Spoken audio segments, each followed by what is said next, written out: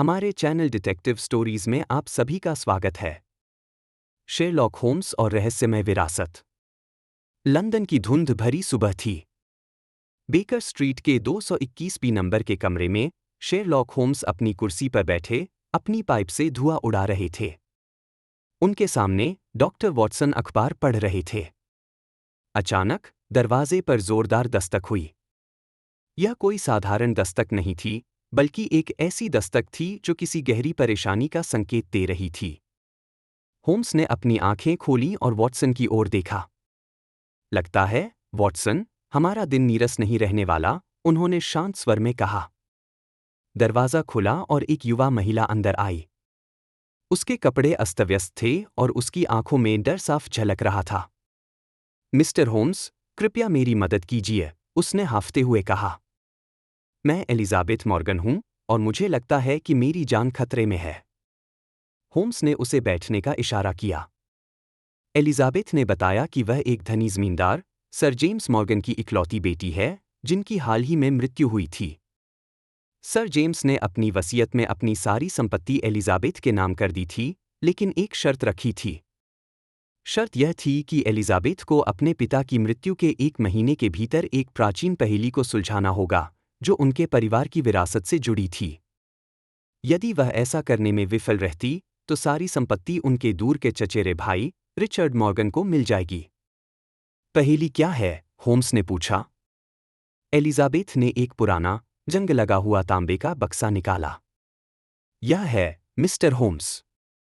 मेरे पिता ने कहा था कि इस बक्से के अंदर ही पहेली का रहस्य छिपा है। लेकिन यह खुल नहीं रहा है और मुझे नहीं पता कि इसे कैसे खोलूं। समय तेजी से निकल रहा है और रिचर्ड मॉर्गन मुझे लगातार धमका रहा है। होम्स ने बक्से को ध्यान से देखा। यह एक जटिल ताला था, जिस पर अजीबोगरीब नक्काशी की गई थी। यह सिर्फ एक ताला नहीं है, वॉटसन, होम्स ने कहा। यह एक संकेत है। उन्होंने एलिजाबेथ से सर जेम्स के बारे में और जानकारी मांगी।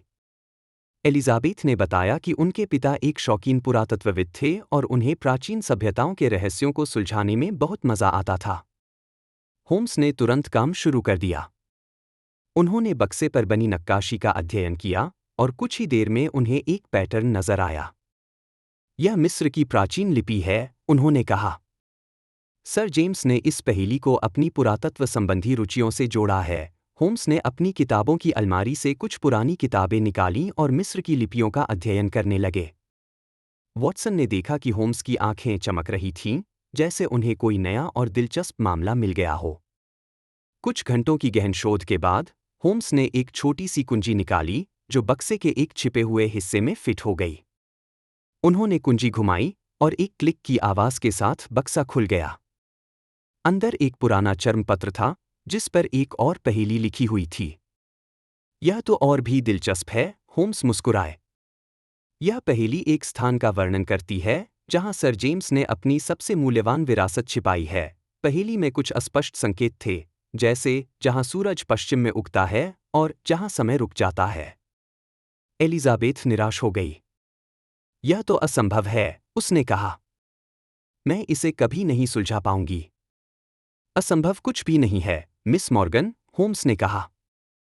यह सिर्फ एक और चुनौती है। उन्होंने पहेली के हर शब्द का विश्लेषण करना शुरू किया। जहां सूरज पश्चिम में उगता है, यह एक विरोधाभास था, लेकिन होम्स जानते थे कि सर जेम्स जैसे व्यक्ति कभी भी सीधी बात नहीं करते। जहां समय रुक जाता है, यह एक और रहस्यमय संकेत था। वॉटसन ने सुझाव दिया, शायद यह किसी ऐसी जगह का वर्णन कर रहा है जहां समय का कोई महत्व नहीं है, जैसे कोई प्राचीन खंडहर या संग्रहालय। होम्स ने सिर हिलाया। संभव है, वॉटसन, लेकिन हमें और विशिष्ट होने की आवश्यकता है। उन्होंने एलिजाबेथ से सर जेम्स की पसंदीदा जगहों, उनके शौक और उनके गुप्त ठिकानों के बारे में पूछा। एलिजाबेथ ने बताया कि सर जेम्स को पुरानी घड़ियों का बहुत शौक था और उनके पास एक विशाल संग्रह था। घड़ियां, होम्स की आंखें चमक उठीं। जहां समय रुक जाता है।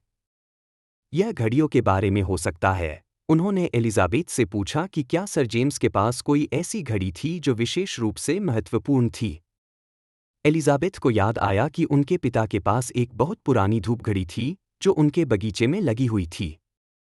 सर जेम्स अक्सर उस धूप घड़ी के पास घंटों बिताते थे।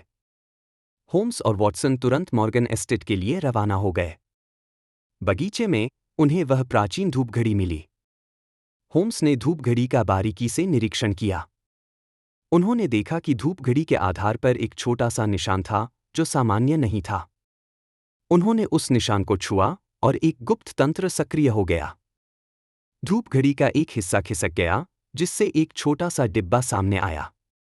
डिब्बे के अंदर एक और चर्मपत्र था, जिस पर एक और पहेली लिखी हुई थी। यह पहेली एक कविता के रूप में थी, जिसमें एक पेड़ का वर्णन था जो ज्ञान के फल देता था और अंधेरे में चमकता था। एलिजाबेथ अब और भी भ्रमित हो गई। यह क्या है? उसने पूछा। क्या यह कभी खत्म नहीं होगा? धैर्य रखें, मिस मॉर्गन, होम्स ने कहा। हम रहस्य के करीब पहुंच रहे हैं। उन्होंने कविता का विश्लेषण किया। ज्ञान के फल और अंधेरे में चमकता। होम्स ने सोचा कि यह किसी विशेष प्रकार के पेड़ का वर्णन हो सकता है या शायद किसी ऐसी चीज का जो पेड़ से जुड़ी हो। वॉटसन ने सुझाव दिया कि यह कोई पुस्तकालय या अध्ययन कक्ष हो सकता है जहां ज्ञान की किताबें होती हैं। होम्स ने सिर हिलाया। यह एक अच्छा विचार है, वॉटसन। लेकिन अंधेरे में चमकता का क्या? एलिजाबेथ ने बताया कि सर जेम्स के अध्ययन कक्ष में एक बहुत पुराना और विशाल ओक का पेड़ था, जिसकी जड़ें कमरे के अंदर तक फैली हुई थी। सर जेम्स अक्सर उस पेड़ के नीचे बैठकर पढ़ते थे। होम्स और वॉटसन तुरंत अध्ययन कक्ष में गए। ओक का पेड़ वास्तव में विशाल था और उसकी जड़ें कमरे के फर्श में धंसी हुई थी। होम्स ने पेड़ की जड़ों का बारीकी से निरीक्षण किया। उन्हें एक जगह पर एक अजीबोगरीब चमक नजर आई। उन्होंने उस जगह को छुआ और उन्हें एक छोटा सा चमकदार पत्थर मिला जो पेड़ की जड़ में छिपा हुआ था। यह एक फॉस्फोरेसेंट पत्थर है, होम्स ने कहा। यह अंधेरे में चमकता है। उन्होंने पत्थर को उठाया और उसके नीचे एक और गुप्त डिब्बा मिला।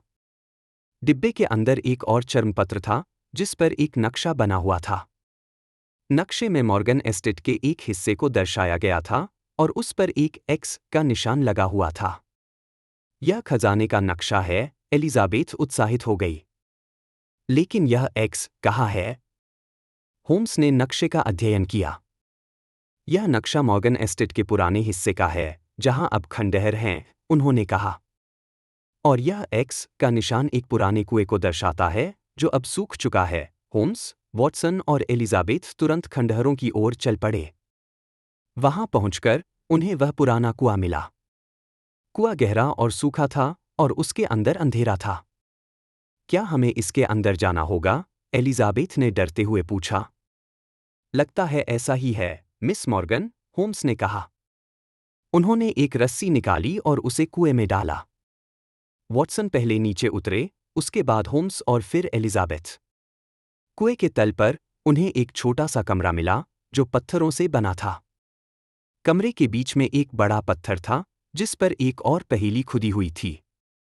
यह पहेली एक अंतिम चुनौती थी, जिसमें सर जेम्स ने अपनी विरासत के असली अर्थ का वर्णन किया था।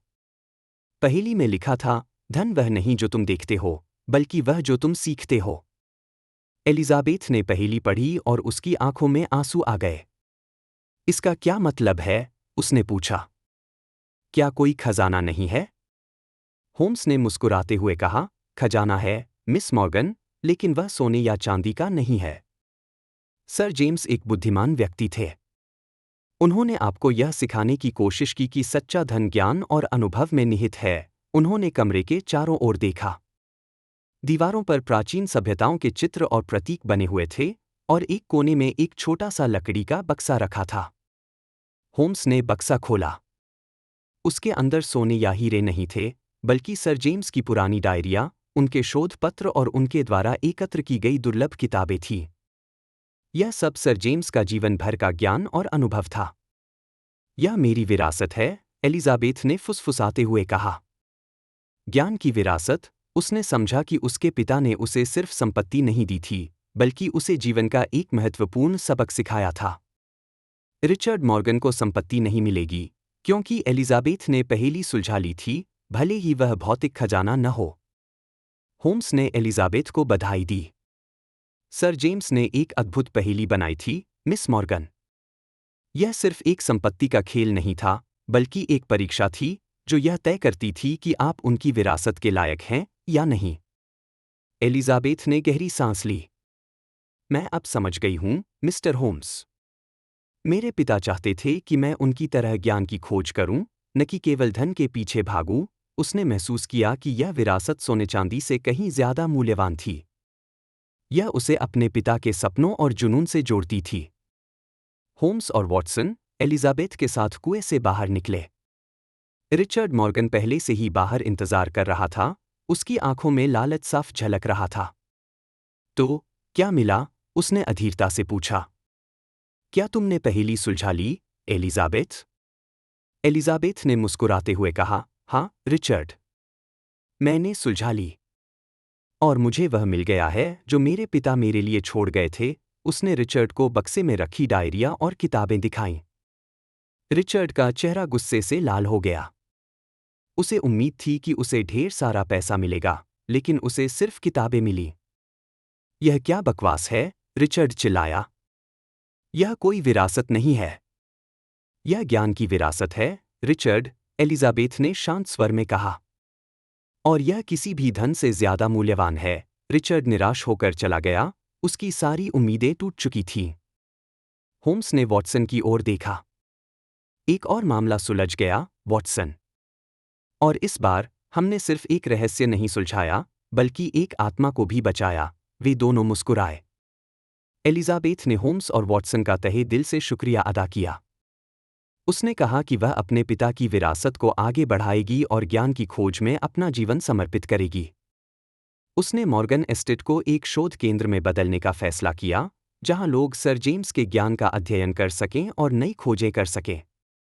होम्स और वॉटसन लंदन लौट आए, एक और दिलचस्प मामले को सुलझाने की संतुष्टि के साथ। बेकर स्ट्रीट के 221 नंबर के कमरे में होम्स फिर से अपनी कुर्सी पर बैठे, अपनी पाइप से धुआं उड़ा रहे थे। वॉटसन ने अखबार उठाया, लेकिन इस बार उनके मन में एक नई कहानी थी, एक ऐसी कहानी जो सिर्फ एक रहस्य नहीं थी, बल्कि एक सीख भी थी।